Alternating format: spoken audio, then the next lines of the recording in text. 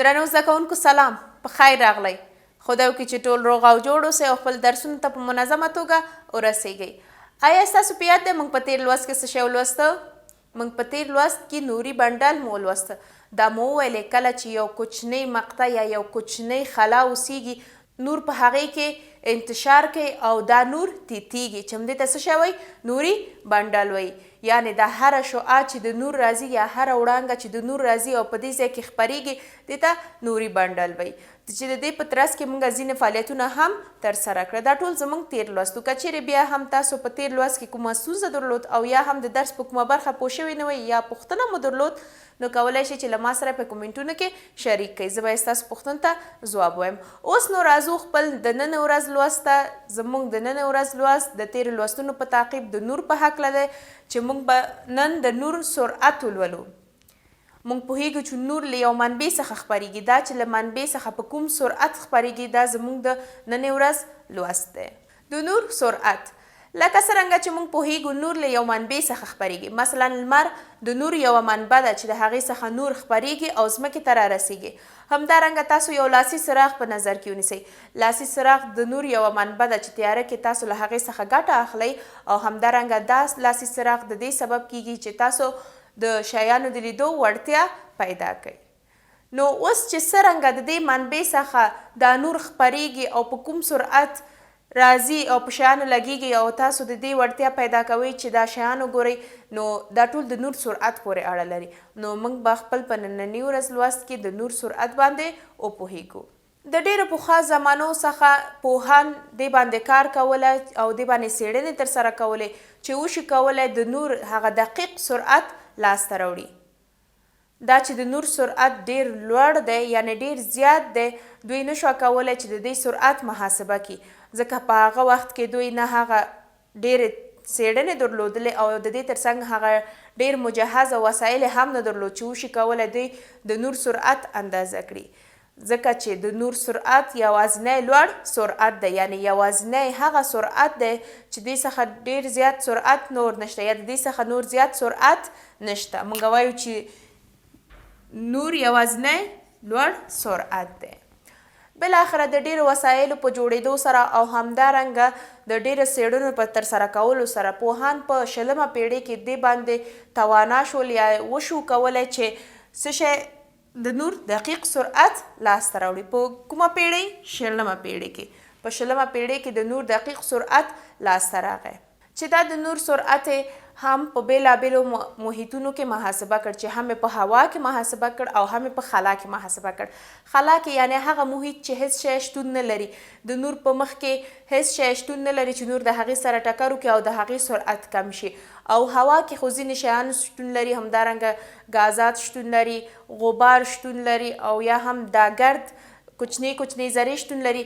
نو دغه ذراتو سره نور ټکر کوي او یو اندازه سرعت کمیږي.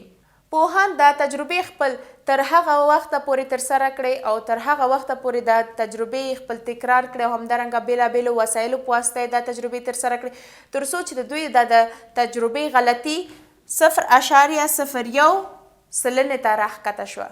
موږ وویل چې هر تجربي کار غلطي لري خو موږ باید د دې باندې کوښښ وکړو چې د هغې غلطي هغه کمترینه اندازې یا لږې اندازې ته راښکته شي. نو پوهانو تر هغه وخته پورې دا تجربې ترسره کړې تر څو چې دوی د تجربې غلطي 0.01 سلنې ته راښکته شوه. اوس نه چې د نور سرعت څومره دی راځئ چې یو ځای سره ولولو. لکه څرنګه چې ما تاسو ته وویلې پوهانو په مختلفو محیطونو کې د نور سرعت محاسبه کړ. کله چې دوی په خلا کې د نور سرعت محاسبه کړ هغه 2.9992 ضرب د 10 په توان د 8 متره پر سکند دی چې دا یو ډیر لوی عدد دی یعنی د نور سرعت ډیر زیات دی. او کله چې همدا نور سرعت په هوا کې محاسبه کړ هغه د دې اندازې څخه لږ څه کم شو. ولې؟ دا ځکه چې په هوا کې ځینې ذرات شتون لري په هوا کې عناصر شتون لري غازات شتون لري. کله چې نور راځي له دوی ذراتو سره ټکر کوي نو د دې سرعت څخه کمیږي. نو په هوا کې کله چې دوی د نور سرعت محاسبه کړ هغه 2.99 و 0.9 ضرب د 10 په توان د 8 متره پر سکند شو. تاسو ګورئ چې د خلا په نسبت په هوا کې د نور سرعت کم شوی دی چې علت مې هم تاسو ته وویلې. دا هم و د نور سرعت. اوس راځو خپل د درس دویمې برخې ته چې هغه د نور او مادې ترمنځ متقابل عمل دی. یعنی په دې باندې به وپوهیږو په دې لوست کې چې کله نور راځي یو مادې سره لګیږي نو په هغې کې کوم بدلونونه منځته راځي. د نور او مادې ترمنځ متقابل عمل د دې لپاره چې په دې درس باندې ښه وپوهیږو موږ یو فعالیت لرو. په دې فعالیت کې موږ ته د ضرورت وړ مواد چې دي هغه پرکار دی، چاقو دی، شکستیب دی، همدارنګه لاسي څراغ دی او یو ډبله مقوا کاغذ دی. دا فعالیت چې دی نسبتا تیاره ځای کې سرته رسیږي. د دې فعالیت رسم ما تاسو ته ترسیم کړی. موږ به په رسم کې وګورو چې د دې فعالیت په پایله کې کومې نتیجې لاسته راځي. فعالیت په درې ډول دی چې په دوو محیطونو کې ترسره کیږي. یو د اوبو محیط دی، بل د هوا محیط دی، یعنې دواړه مختلف محیطونه دي. همدارنګه ما دوه محیطونه تاسو ته رسم کړي دي او همدارنګه نارمل چې په هر محیط کې شتون لري. هر محیط کې چې نور لګیږي نو په هغې کې نارمل چې یو فرضي کرښه ده هغه هم شتون لري. اوس نو نور راځي په دې محیط باندې لګیږي. د نور یو وړانګه راغله په دې محیط باندې ولګېدله. د دوی ترمنځ زاویه څو ده؟ 80 درجې ده، یعنې وارده زاویه 80 درجې ده. تاسو پوهیږئ چې وارده زاویه د منعکسه زاویې سره مساوي ده، خو دا مساوات په هوا کې دی. نو زه دا زاویې په اندازه دې خواته هم یو زاویه تعینوم او نور ته انعکاس ورکوم.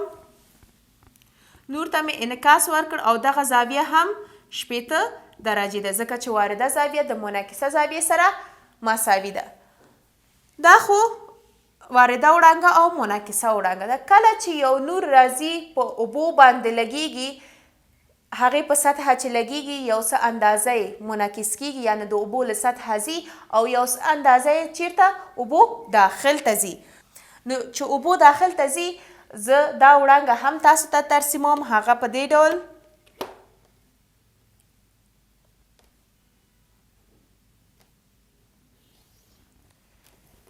ما تاسو ته د اوبو په داخل کې هم هغه وړانګه چې نور تللی دی هغه مې ترسیمه کړه. تاسو ګورئ چې دغه زاویه چې د وارده وړانګې او نارمل ترمنځ شتون لري دا 80 درجې ده. خو هغه وړانګه چې ما د اوبو په داخل کې رسمه کړه د دې وړانګې او نارمل ترمنځ زاویه کوچنۍ ده. ولې؟ زده کوونکو د دې سوال ځواب چې ولې دا زاویه کوچنۍ ده دا دی چې کله نور راځي د هوا نه بغیر یو بل محیط چې مثلا اوبه، موږ اوبه فرض کړي، اوبو کې ننوځي نو دا یو څه اندازه د دې ترمنځ دا زاویه کمیږي، یعنې دا وارده وړانګه نارمل ته نږدې کیږي یا دا وړانګه ماتیږي. د دې لپاره دا وړانګه نارمل ته نږدې کیږي ځکه چې د اوبو مالیکولونه نسبت هوا ته یو بل سره نږدې دي. کله چې دا وړانګه راځي په اوبو کې داخلیږي نو دا د دې مالیکولونو سره ټکر کوي. کله چې ټکر وکړي نو د دې سبب کیږي چې د دې سرعت هم کم شي او همدارنګه دا وړانګه نارمل ته نږدې شي، یعنې دا په مستقیمه توګه عبور ونه کړي، یو څه اندازه په همدې اوبو کې هم کاږه شي چې همدغې ته موږ څه شوی یو؟ منکسره وړانګه.